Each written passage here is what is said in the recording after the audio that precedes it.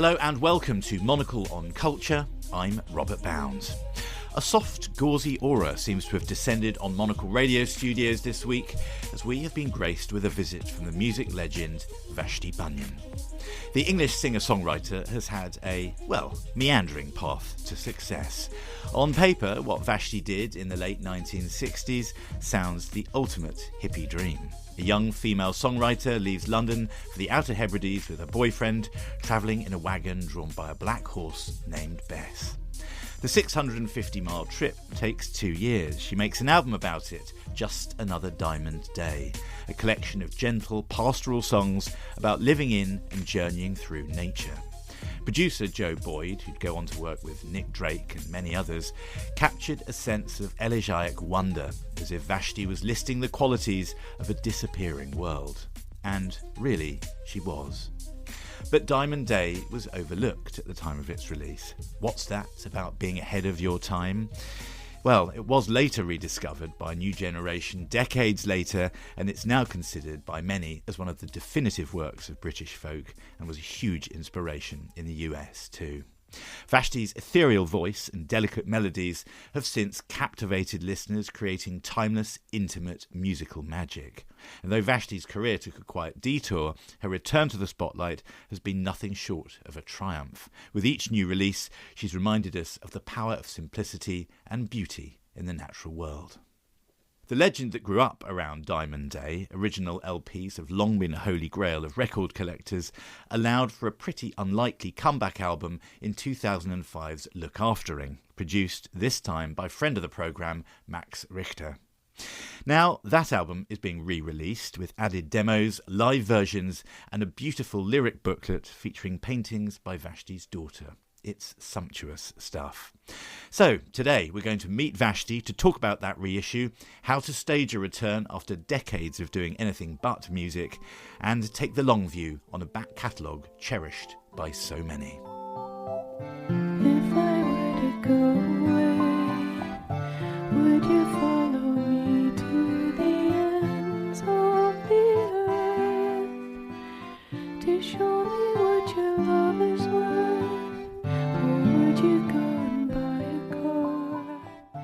Vashti, it's wonderful to have you on Monocle on Culture today to celebrate 20 years in the reissue of Lookaftering. Yes.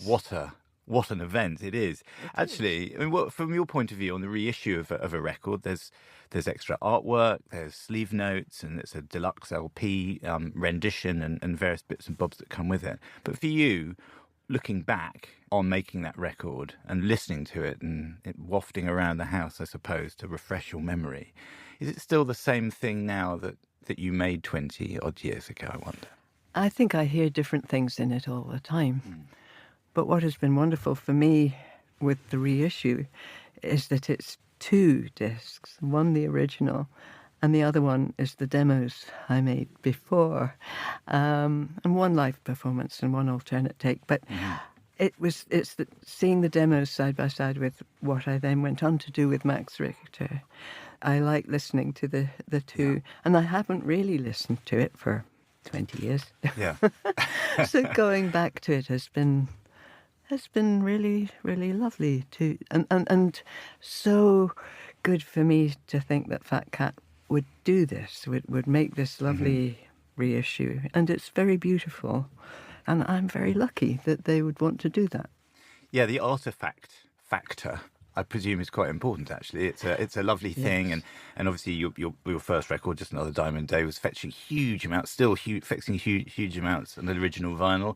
It's an LP from 1970. So this is another very collectible, beautiful thing. That's important to hold in your hand, I suppose. Exactly. When vinyl started to come back again, I think, it's because it's so lovely to have a thing. Yeah. And the artwork looks so great on 12 by 12 inches. And within this reissue is a little booklet of the lyrics with paintings by my daughter, because my songs and her paintings very often just went along the same path, and that's why we thought we would make this for her and for me.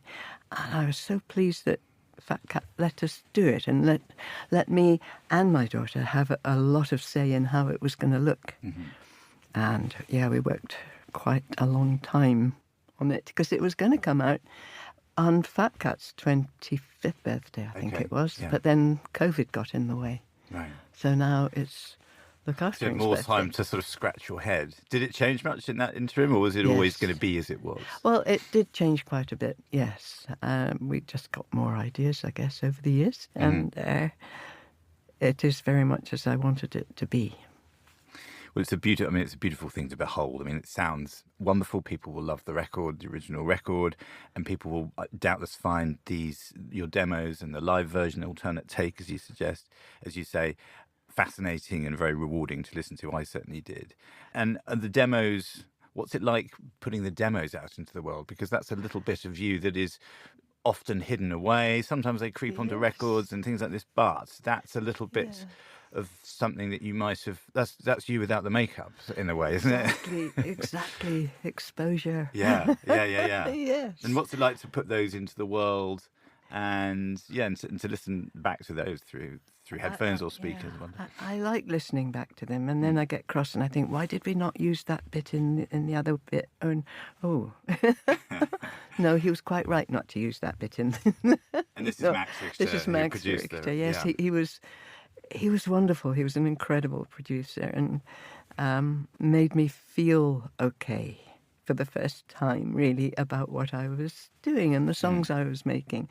And after every take, he would say, "Oh, that's such a great song. Now, can we do it one more time?" And there was nobody had ever Sly done like encouragement. that. Really sly encouragement, but it really worked. And we got on really well. And yeah, what a wonderful experience. And he was based in Edinburgh at the time of doing the early demos for the record, or rather the early takes, I suppose, as you are. You're Edinburgh based. Was that important that you didn't have to trek somewhere, that it became a kind of Edinburgh record, certainly for you, and if not for him? Definitely. And we did go into a studio for the vocals, but that was out in the country. It's great, actually. And then in Scotland as well. Not far from Edinburgh. And then we went back to his house where he had a studio and worked on the editing, worked on the production together, and the arrangements as well we made together. How lucky is that, to be able to work with somebody as fantastic as he is. And sometimes he had to work through the night because he had to look after the kids in the day. And it was just a wonderful education as well, because he taught me so much. And one of the best things he taught me, with which I can see in my demos, that I just piled everything I could, because I was finding all these new sounds and the synths, and it was really great fun. Piled far too much in, and he said, "You don't have to have a picture on every wall." It was so nice. It's quite an epigram, isn't it? That he's a good talker. He talks a good game. Does Max Richter? He sure does. And actually, maybe you could tell our listeners how that relationship, how he came on board as the producer of the record. I mean, he obviously was a fan of Just Another Diamond Day. Who isn't, Vashti? But how did it start? It started really with Animal Collective, that I was recording with them, thinking I was just going to do backing vocals, and then they pushed me forward to do singing in a way I never thought I could. But anyway, they were on the Fat Cat label. And Dave Howell of Fat Cat asked me what I was doing. And I said, I'm making a few new songs, first time for 30 years. And he said, oh, well, send them to me. I'd really like to hear them. And it turned out that they gave me a deal, a record deal. And they said, oh, we think a really good producer for you could be Max Richter, because he was on the Fat Cat label at that time. And they sent me blue notebooks. I just completely knew that it was going to be fine. And when he agreed to do it, wow, again, how lucky could you be to have someone like Max? I'd like to not say the rest is history, but it kind of is, isn't it? With how all this tumbled together like that. Yeah. And for Max as well. I mean, talk about strength to strength. He's done so much. I don't know anybody who works as much or makes as much Yeah. in music. You know, I mean the music that he makes. There's so much of it, and he can just keep going, making new stuff all the time. He's got an amazing sort of capacity. And what sort of language are you speaking about when you team up with a producer? It's your first music you've made for 30 years. Are you communicating in musical notes with each other on pianos and guitars and such like, or are you communicating in words? We need a bit more. And if so, in words, what sort of words? What sort of words? Yeah, Indeed. I'm always interested to see how that I works. can't read or write music, and he is very much able to read and write music. And so when we were sitting together, and I said, no, it's not like that. It's it's up a bit. Yeah. And I didn't have the words, and I don't know the names of chords. And that was when he got Joanna Newsom to come and play harp on two of the songs. And they were both saying, so is it a B minor? And I said, I'm really sorry, I don't know. Yeah. But that's not Like right. Bach's It's not Mass what or you're something. playing. It's Yeah. something else, but I can't tell you what. So, yes, it was difficult, but Max was incredibly patient with my lack of language. Indifference is the hardest blow. It is the wind and icy snow that falls on green fields as they grow in winter. And we should say in this beautiful new reissue, there's sleeve notes from you and there's sleeve notes from Max. And there's also sleeve notes from Devendra Banhart, who also played on the LP. And I think Max, in his sleeve notes, described it as it became a bit like a community project. He called it, which makes it sound a little bit municipal and sad. But I know what he means. It kind of what was it like? As I say, for the first time making music for the first time in 30 years, and suddenly you've got a retinue of people that love your work. But that's also a bit of a pressure for you, perhaps, having to work with these people. Maybe it's not. I don't know. It never felt that at the time. It just felt that these people that I would have loved to have known when I was, back making Diamond Day, if people then had been as generous and as spirited as these people were, like Devendra and Animal Collective and Adam and Max, that when we all started playing together, it just seemed so, I don't know, so natural.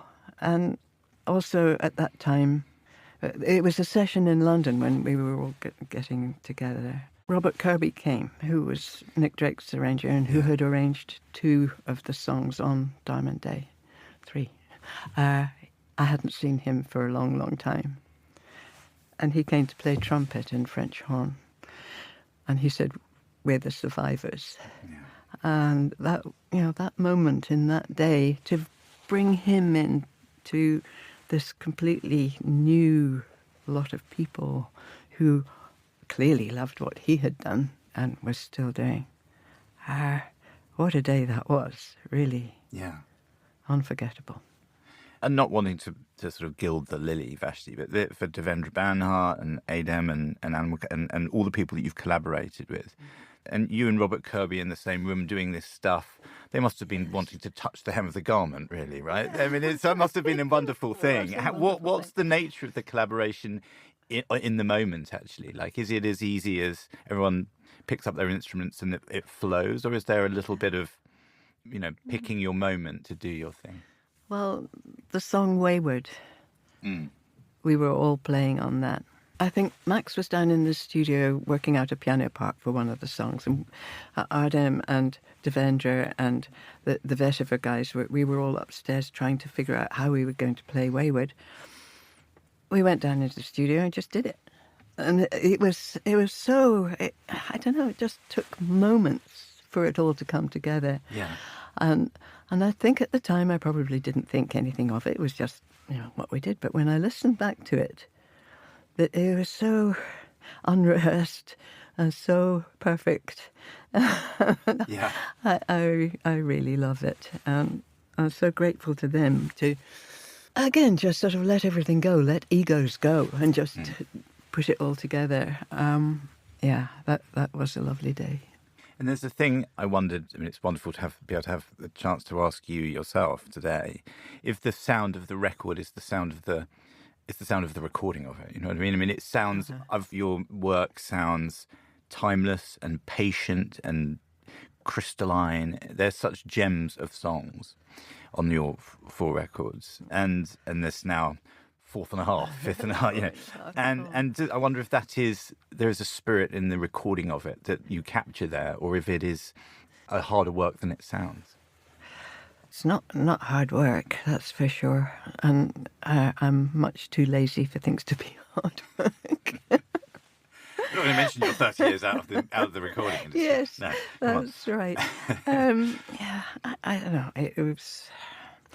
I think with Diamond Day, a lot of people have said it helps their babies to sleep because I was writing those songs to comfort me, and I think that maybe it comes across as being comforting. With the others, I'm not aware of how it comes together or how it sounds in the studio or how it even sounds once we've produced and edited it. Or even the mastering, mastering Lookaftering was an incredible experience. I'd never really been part of that. Yeah, was that not what happened for Diamond Day? You were sort of divorced from that process of it slightly. Joe Boyd took the tapes away to America, and I didn't hear it for nearly a year.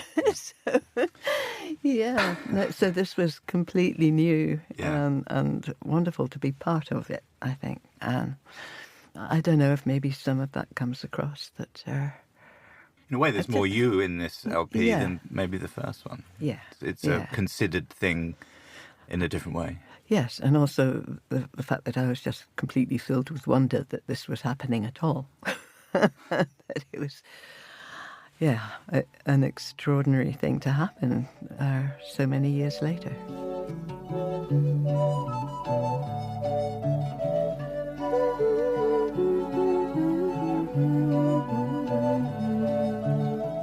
Just another diamond day, just a blade of grass, just another bale of hay, and the horses pass.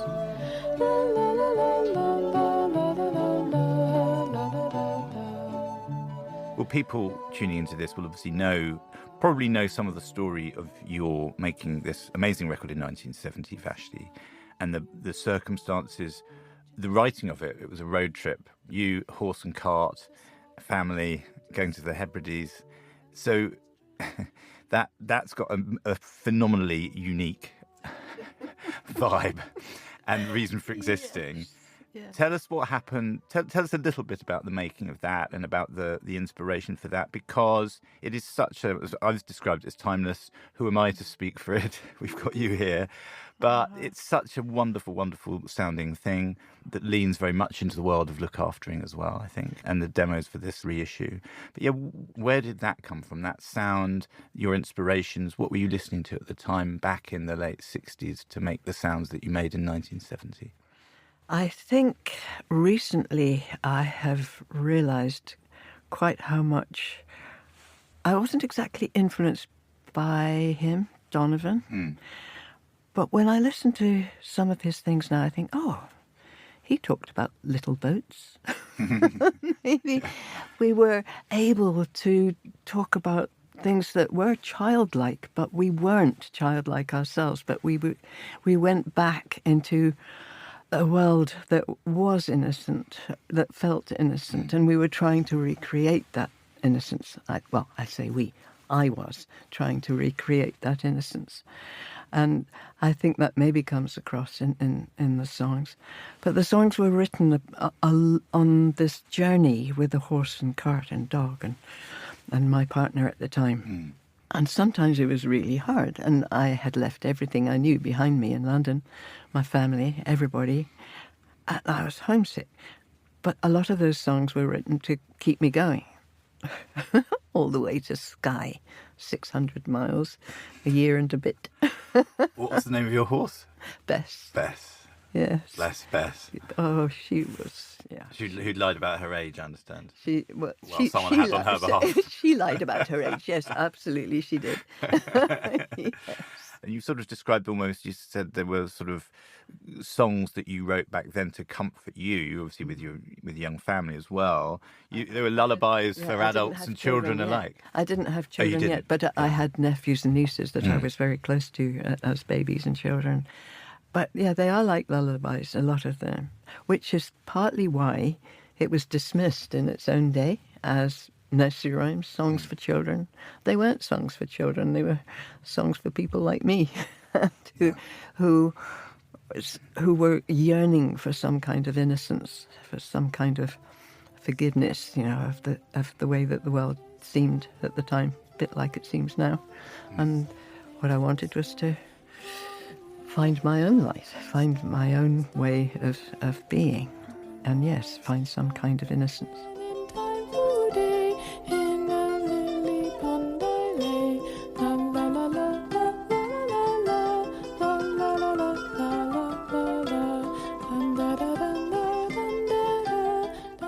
Did it take a while for people to realise perhaps the sophistication in the simplicity, or what they heard of as simplicity, or something, that it takes a while for that to sink in and realise how sophisticated and musical and bright-eyed and bushy-tailed that was? Yes. I'm proud of it now. I couldn't listen to it for 30 years. I really, honestly couldn't listen to it. I didn't let my children listen to it. I had nothing to do with it for all that time. But when I listen to it now, occasionally, I think, wow, that was quite good, really. Well, if it weren't January, we'd drink to that, actually.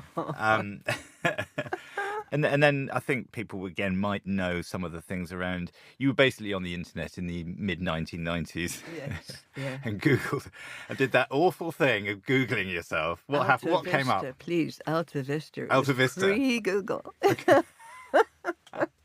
That was amazing. It was I can hear a modem groaning in the background. Exactly. Yeah. Yes, and I apparently a lot of people do this. They put their name into the internet, when they first get on. Yeah. And that's what I did. And then all these references came up to songs that I thought were long, long forgotten, especially the Diamond Day ones.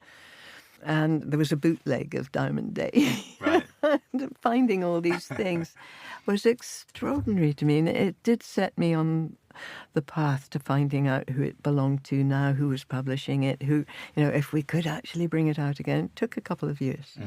But, it was frustrating and fun because, somebody would find a contract and then they'd leave and the next person couldn't find the contract. So it went on like that. So the least fun jigsaw puzzle ever. Oh, goodness, it was so frustrating. Yeah. But in the end, we got it done. And again, I was terrified that the same would happen to it, that people would think it was nursery rhymes for kids and be completely dismissive. But a completely different generation understood it. And I think, what you were saying before, it is kind of unique.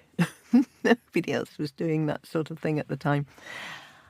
And it was easy for it to be completely forgotten. But for it to be given another life now, especially by a lot of young people who were the age that I was when I was writing it, has been a huge pleasure to me.